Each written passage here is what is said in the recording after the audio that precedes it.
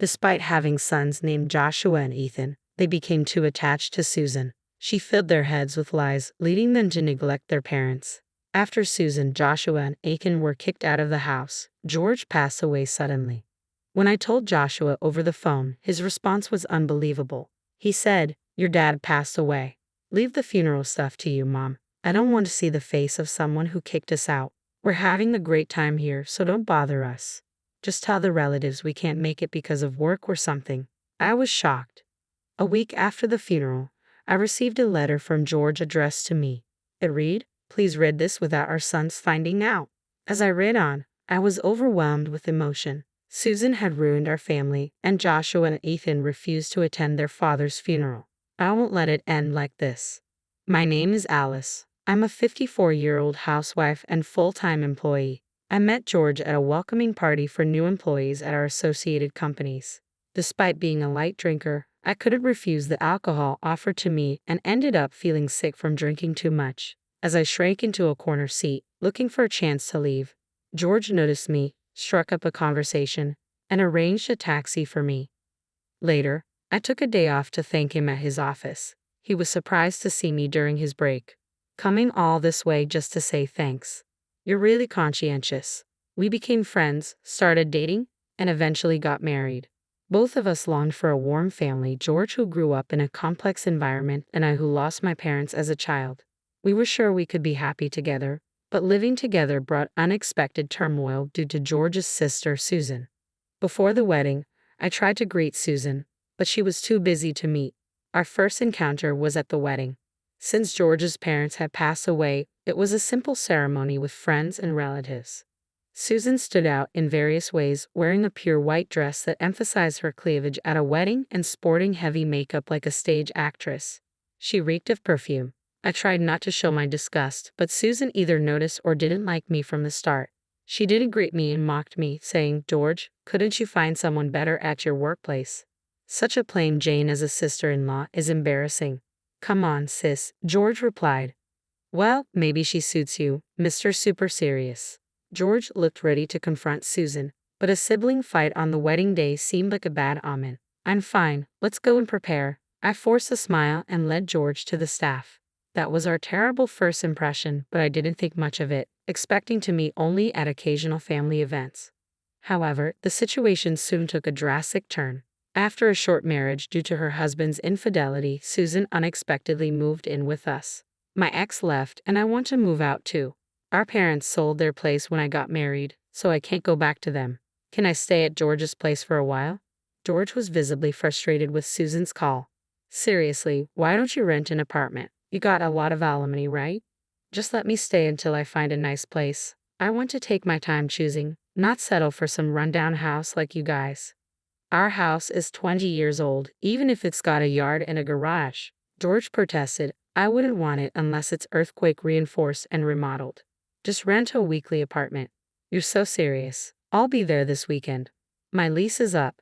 In the end, Susan showed up with her stuff and settled in without asking. The main problem was her lack of awareness that she was being taken care of by us. Susan acted like it was her own house, causing George and me considerable distress. Susan would go out every night, sleep in until the afternoon, and then spend the rest of the day lounging on the living room sofa, playing with her phone, or mindlessly watching TV. This routine would continue until she went out again after dinner. I sometimes took a day off and stayed home, so I knew this was her daily routine.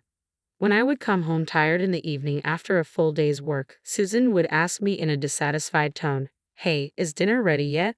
How long till it's done?" "In about 30 minutes, I'd reply. "That long? Hurry up, will you?" She would also make snide remarks about my cleaning, saying things like, "You're not very good at this," or "You're cutting corners." I share the cleaning duties with George, you know. He's tired too. "As a wife, you should be doing all the household chores," she retorted. I didn't want to complain to George about Susan and worsen their sibling relationship, but he eventually noticed my growing unhappiness. When George asked and I told him about Susan's behavior, he became furious.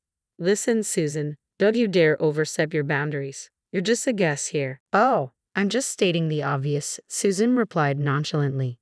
"And start contributing to the household expenses." I'm still in shock from my husband's cheating. How can I work in this state and you want to charge me? Susan retorted. You can afford it with the $100,000 alimony you got.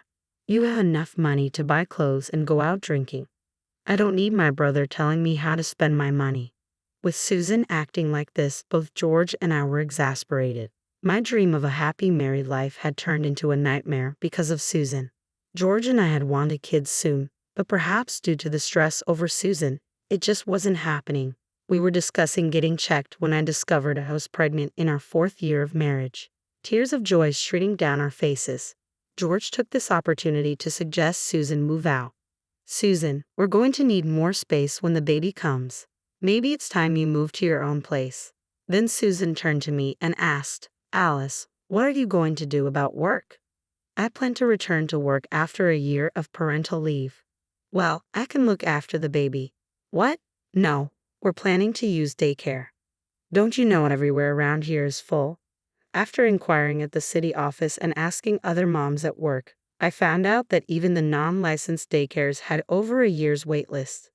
See, I told you so, Susan said smugly. A few months later, as my belly began to show, Susan offered, I'll take care of the baby until you get a daycare spot. I owe you, and I'll do it for free. It'll be tough on your finances if you quit your job. After discussing it, George and I reluctantly agreed to let Susan help. Honestly, I was extremely anxious, but surprisingly, Susan took great care of our newborn Joshua. She prepared well by looking up childcare information online, took care of his meals and daily needs, and even took him to parks and community centers. She devoted herself to Joshua, and it was evident from how much Joshua adored Susan. Even after our second son, Ethan, was born 2 years later, Susan's dedication didn't change. With George and me busy with work, we were grateful for how much she helped with the kids. But as the boys grew, they started to avoid us more and more openly. Joshua, Ethan, want to go to the amusement park at the end of the month? I asked. We're going with Susan, they replied. How about we go out for a barbecue for Ethan's birthday? You mentioned wanting to go before, right? Susan already took us to a fancy barbecue place for my birthday. We're going to a high-end sushi restaurant. Can't wait. George and I felt torn seeing our sons so excited about spending time with Susan. Even after Joshua and Ethan started elementary school, we were grateful to Susan for spending time with them on our workdays, even on weekends. When George and I were home, Joshua and Ethan stuck close to Susan. They didn't try to talk to us and acted like it didn't matter whether we were there or not, playing games and going out with her. Things got worse as Joshua got older. He would blatantly show his displeasure, ignore us, or even click his tongue when we tried to talk to him. Once, Joshua started eating while playing on his phone. When I reprimanded him, he glared and snapped at me, "Shut up, old lady." For a moment, I couldn't believe my ears. Man, it would have been great if Susan was our mom. She always gives us money and takes us places. Yeah, totally. Being born to parents like ours was a total bust. I was shocked by their words but tried to stay calm as I responded. Susan doesn't work despite being healthy, doesn't contribute financially, and just spends her ex-husband's alimony. So what? That's a lifestyle to aspire to, Joshua said, looking dreamy. But like Susan raised us right, complaining about her seems weird. Yeah, you guys didn't really want kids, did you? What? No, that's not true. George and I always wanted kids. Susan offered to help until we found childcare. I can't believe you'd say that to me, I said, desperate in my denial. Joshua smirked at my choked voice. You guys are always so annoying, telling us to do homework, saying we play too many games. Yeah, Susan gets it. She says it's fine not to do homework and even stays up with us playing games till dawn. I snapped back, annoyed. Susan has no responsibility for your futures. Your dad and I say these things because we're worried about you, even if it means you'll hate us. Yeah, right. You're just jealous because we're close to Susan. How stupid. Maybe you shouldn't have let her take care of us. I felt like crying. Looking up, I saw George standing in the doorway, his fists trembling. Who do you think you're talking to? Oh hey, Dad. Working late again today. Must be tough. Yeah, for such a measly salary, Joshua added. The boys laughed mockingly, leaving George speechless. Finally you talk to us. And it's to mock your parents. George, stop being so loud. Susan called out as she came down from her room and appeared in the kitchen, shrugging her shoulders in annoyance. Getting worked up over what kids say is so immature. It's because you spoil them that they're like this. George exploded. I've had enough. Get out now. What? I've been nice to my nephews, and this is the thanks I get. If you're going to stay, then pay your way. Susan puffed up her cheeks. Fine, I'll leave. Happy now. What? Susan, you're really leaving? No way, Joshua and Ethan exclaimed. Susan quickly agreed, went to her room to pack her things in a suitcase, and came down to the entrance. I put my clothes in boxes. I've arranged for movers this weekend. Leave it till then, okay? Susan, are you really going? Joshua asked. Yes, take care. She smiled at Joshua and Ethan as they saw her off to the gate. Then she left. But it was too late to bridge the gap between us and our sons. As teenagers, Joshua and Ethan became more distant. Joshua and Ethan became rebellious. Joshua quit his job within a month of starting after high school, and 2 years later, Ethan followed suit, quitting his job after just a few days. They bragged about starting a business together and engaged in dubious deals, spending money from odd jobs in a single night. After a huge fight, George kicked them out of the house. When you get a job, come back, he said. No way we'll ever come back to this place, they retorted. So Susan, who had stirred up our family and influenced Joshua and Ethan, left, and it was back to just my husband and me. I worried about how Joshua and Ethan were doing, but without the three of them causing chaos, I breathed a sigh of relief. At the end of that year, as I was about to leave work and head home, I received a call from George's colleague. Are you Alice? George collapsed at work. What? He's currently receiving treatment in the ICU at the city hospital. I understand. I'll go there right away. I felt like I was about to panic, but I ordered myself to calm down and drove to the hospital. I identified myself at the IQ reception, waited in the hallway for a while, and then the automatic doors opened. A man in a white coat, presumably a doctor, appeared. As soon as he saw me, he lowered his gaze to the floor. We did our best, but I'm sorry. I was speechless, overwhelmed by shock. I stood there in place. This morning, I had seen off George as he left for work, just as always. Keep your schedule open for our anniversary next month, he had said. Sure, the usual restaurant. I have a surprise planned for this year. It's the same restaurant, though. I never imagined that such a mundane. I stood in shock for a while, holding the phone after Joshua's dismissive response to George's passing. The emptiness I felt made it clear I had to proceed with the funeral arrangements. I contacted George's relatives and the funeral home we always use, arranging a family funeral. The sudden farewell felt unreal, and I couldn't shed a tear during the service. However, as normal life resumed, the reality of losing George hit me repeatedly. While preparing dinner, setting up to watch a TV drama we used to enjoy together, or making coffee, I would start talking to him, only to realize he was no longer there, and I couldn't stop the tears. A week after George's passing, while watering the flowers in the garden, the mailman arrived. Among the usual direct mail, I found an envelope addressed to me, unmistakably in George's distinctive handwriting. With a rush of emotion, I opened it and read George's heartfelt message of gratitude for our years together. Then, a line caught my eye. Please read this without our sons finding out. My heart swelled as I continued reading. George had seen how much I worried about the kids. I wiped my tears and made a decision. I had to respond to George's feelings. Susan, who had disrupted our family without care, and Joshua and Ethan, who refused to attend their father's funeral, wouldn't be the end of George's legacy. George's letter mentioned a package for me in a safety deposit box at the bank near the station with a key enclosed. I followed the instructions nervously, using the address in the letter to find the bank and enter the safety deposit box room beside the ATMs. I inserted the card into the slot and entered the PIN. A square part of the table opened, revealing the safety deposit box George had rented.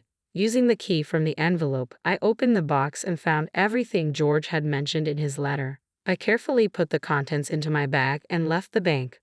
Later, I invited Susan, Joshua, and Ethan to my house under the pretext of sharing George's inheritance with everyone who was important to him. They eagerly came over, but I couldn't help but feel they were shameless for skipping the funeral yet wanting to know about the inheritance. While making tea, Susan couldn't wait and started talking. That stingy, low-earning George had an inheritance, huh?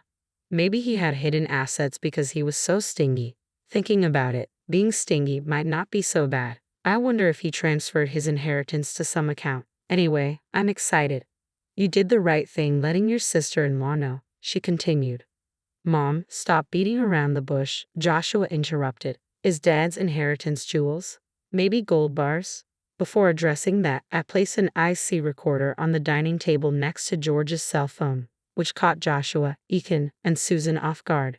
Dad's cell phone, and what's this? An IC recorder? Ethan asked, puzzled. It's the kind used for investigating affairs. I've seen it on TV, Susan remarked, looking wary. Wait, did Dad, with that face, have an affair? Joshua started laughing crudely, but his expression froze as soon as I pressed the play button on the recorder. Joshua's voice came through the speakers, talking to a friend on the phone. Yeah, remember that old lady you met at our house, Susan? Her name is... Joshua's tone was mocking. She wears so much makeup and clings to me, calling me Joshua dear. It's gross, but she'll hand over money if you flatter her. You know, there's a use for fools and old ladies. Susan's face turned into a picture of fury when I stopped the playback. What was that, Joshua? I don't know, maybe a stranger. Or Dad recorded. The tension in the room was palpable as the truth began to unfold. As Susan and Joshua argued, trying to dismiss the recording, I decided to confront Ethan, who was attempting to sneak away. I promptly presented another recording. How much money did you get from Susan? I asked directly. $22,000, Ethan admitted. Damn, I only got $10,000. What did you do? I gave her a bouquet of roses in a hiding bag for her birthday. Maybe you'll give her a fake brand next time. She can't tell the difference, Joshua replied, and both chuckled.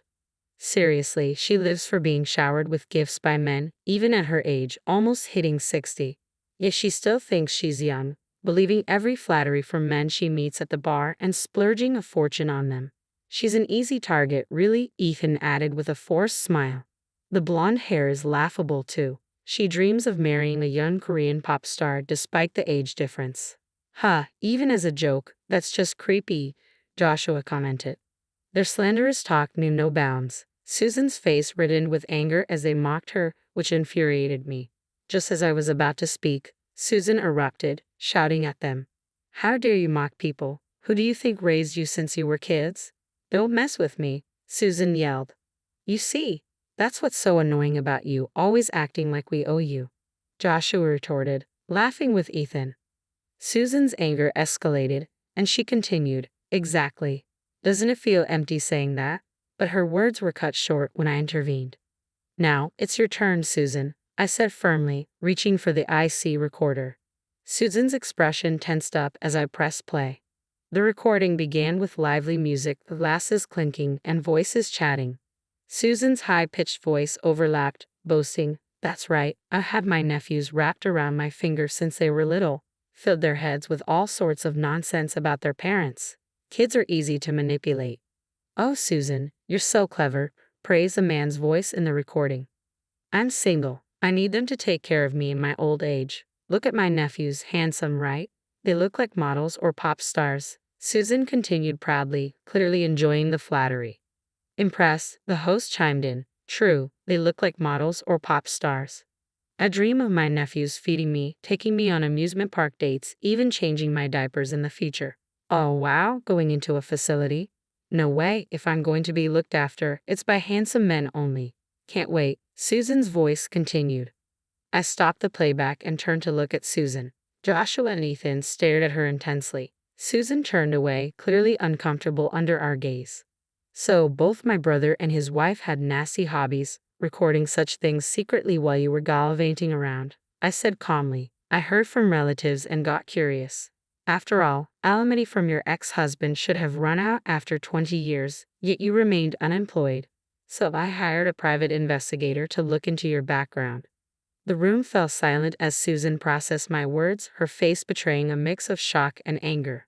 Susan's defiance escalated as Joshua and Ethan confronted her about the missing inheritance. They were visibly angry and frustrated upon learning that Susan had withdrawn and spent $200,000 from George's secret inheritance account without permission. Susan attempted to justify her actions, claiming she was misled about a supposed investment opportunity that promised to double the money.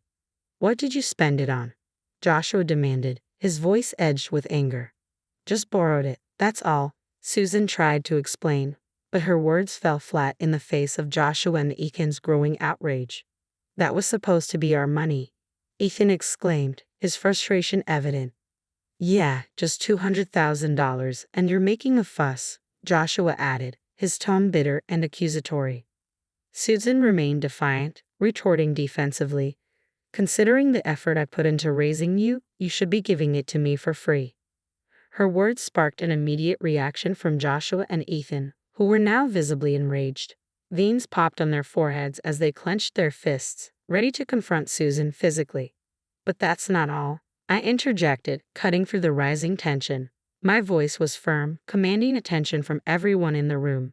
Susan and the boys turned their attention towards me, their expressions a mix of defiance and curiosity. We need to settle this calmly, I continued, trying to diffuse the volatile atmosphere. Susan, you've clearly crossed the line here. You took money that wasn't yours, money that George intended for Joshua and Ethan's future. Do you even realize the gravity of what you've done? Susan's defiant demeanor softened slightly under my stern gaze, but she quickly composed herself. It was just a temporary setback. I'll find a way to pay it back, she muttered, her voice lacking sincerity. That's not good enough, Susan, I replied firmly. You've betrayed George's trust and jeopardized your relationship with your nephews. This needs to be resolved properly. Joshua and Ethan exchanged looks of disbelief and anger.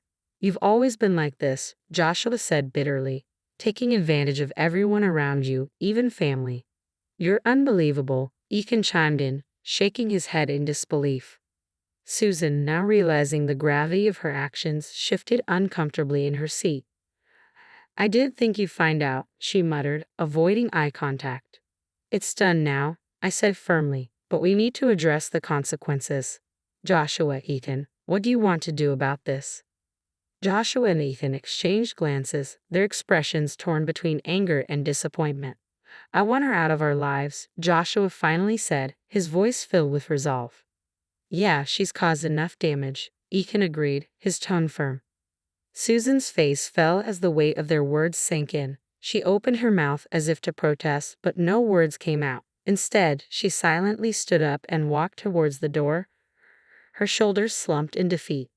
As she reached for the handle, I spoke again, my voice softer but unwavering. Susan, you need to leave. We'll discuss how to handle the financial repercussions later. Without a word, Susan opened the door and left, closing it softly behind her.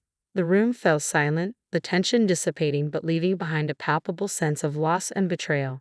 Joshua and Ethan sat in silence, processing the events that had unfolded. I can't believe she did that, Ethan finally said, breaking the silence. Yeah, Joshua replied quietly. I never thought she'd stoop this low. I nodded in agreement, feeling a mix of sadness and relief that the truth had finally come to light. It was a painful realization, but one that needed to happen for the sake of moving forward. We'll figure this out, I assured them, reaching out to place a comforting hand on Joshua's shoulder. Together. Joshua nodded, his expression softening slightly. Ethan remained quiet, lost in his thoughts. We sat in silence for a while longer, each of us contemplating the path forward and what it meant for our family without George, but hopefully with a clearer future ahead. The situation in the room had become charged with tension and disbelief. Joshua and Ethan, realizing the extent of Susan's betrayal and her cavalier attitude towards their financial losses, expressed their frustration and anger. Susan, on the other hand, remained defiant and unrepentant, even attempting to manipulate the situation further by suggesting she needed to borrow money from them. As the atmosphere grew more strained, I struggled to maintain composure amidst the chaos Susan had caused. Her callousness and lack of remorse for her actions were infuriating, especially considering the harm she had caused to her family's relationships and financial stability. You're unbelievable, Ethan muttered, shaking his head in disbelief. How could you do this? Joshua's frustration boiled over as he paced the room. We trusted you, Aunt Susan. We thought you cared about us. Susan chuckled dismissively. Family helps each other out, right? I thought you'd understand. That's not helping. Joshua snapped back, his voice filled with anger. You stole from us. It's not a crime when it's family, right? Susan retorted, her words dripping with sarcasm. I sighed deeply, trying to process the situation. Susan, you've crossed a line that can't be ignored. Taking money without permission is theft, regardless of whether it's family or not. Susan shrugged, clearly unfazed by the severity of her actions. I'll pay it back someday. Maybe not in this life, but who cares? You've destroyed any trust we had in you, I said sternly, my patience wearing thin. And now you come here asking for more money. I thought we were family, Susan replied with a twisted smile. Family helps each other out, right? Joshua and Ethan exchanged incredulous glances. You've got to be kidding, Ethan muttered under his breath. We're not giving you any money, Joshua stated firmly. You need to leave. Susan's smile faltered for a moment, but she quickly composed herself. Fine. I don't need your help anyway. I'll figure something out. With that, Susan turned and walked towards the door. Joshua and Ethan watched her leave in silence, their expressions a mix of anger and disappointment. I can't believe she did all that, Ethan said, his voice filled with frustration. We should have seen it coming, Joshua replied bitterly. She's always been like this. I nodded in agreement, feeling drained by the ordeal. Let's focus on moving forward. We need to figure out how to recover from this mess.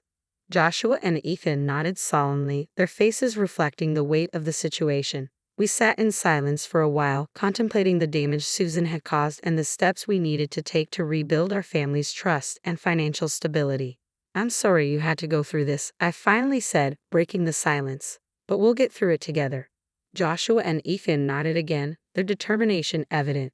Despite the betrayal and turmoil, there was a sense of unity in our resolve to move forward and heal from Susan's deception. Once we're out of debt, we'll start working seriously. Can't you lend us about $40,000? You're working after all. Faced with their bold request, I felt a surge of anger. Don't joke around. I have nothing to lend to heartless sons who skipped their father's funeral. I vehemently refused, but they persisted. Please, Mom, if you keep this up, I'll report you to the police too. Don't ever set foot in this house again. Just then, a police car siren stopped in front of the house. Susan, trying to escape in a panic, ran into the police officers at the front door and was quietly taken away. Damn, are we going to get arrested too? Let's just get out of here for now. Joshua and Ethan glanced at me, standing firm, gave up on asking for money, and left. Realizing that the money and allowances Susan had given them came from George and their own savings, Joshua and Ethan seemed to have finally lost all affection for Susan. I don't want to end up like them, they said, seemingly deciding to work seriously. But their laziness didn't disappear overnight. They kept calling me alternately. Mom, I'm being pressed for payments at the bar. Can you lend me some money? I blew it all on horse racing. Can you lend me about $100,000? I got so annoyed that I blocked their contact information. Later, they tried to ask other relatives for money but were shunned and denounced as heartless for not attending their father's funeral, leading to estrangement. Eventually pursued by debt collectors for borrowing from shady sources, Joshua and Ethan woke up and started working seriously. However, they had racked up so much debt that they were banned from the nightclubs and bars where they were regulars. Now shunned even at their favorite drinking spots, they complained, "We've lost all the fun in our lives." Susan, being the first offender, paid a fine and was released quickly. However, the incident led to her being dumped by her boyfriend. Moreover, after repaying the embezzled money from George's, Joshua's, and Ethan's accounts, she ended up with a huge debt. Now Susan works from early morning till late at night, looking exhausted. What I kept secret from Susan and my sons was that George had left another item in the safe.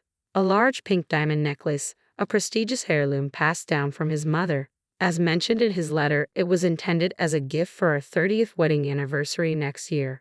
Fearing it might be found and sold by Susan or my sons, George had kept it in the safe. When appraised, it was valued at $240,000. To my astonishment, of course, I wouldn't sell it. It's a treasured gift from George. Though I longed for a warm family, things didn't work out with my sons and I lost my husband too.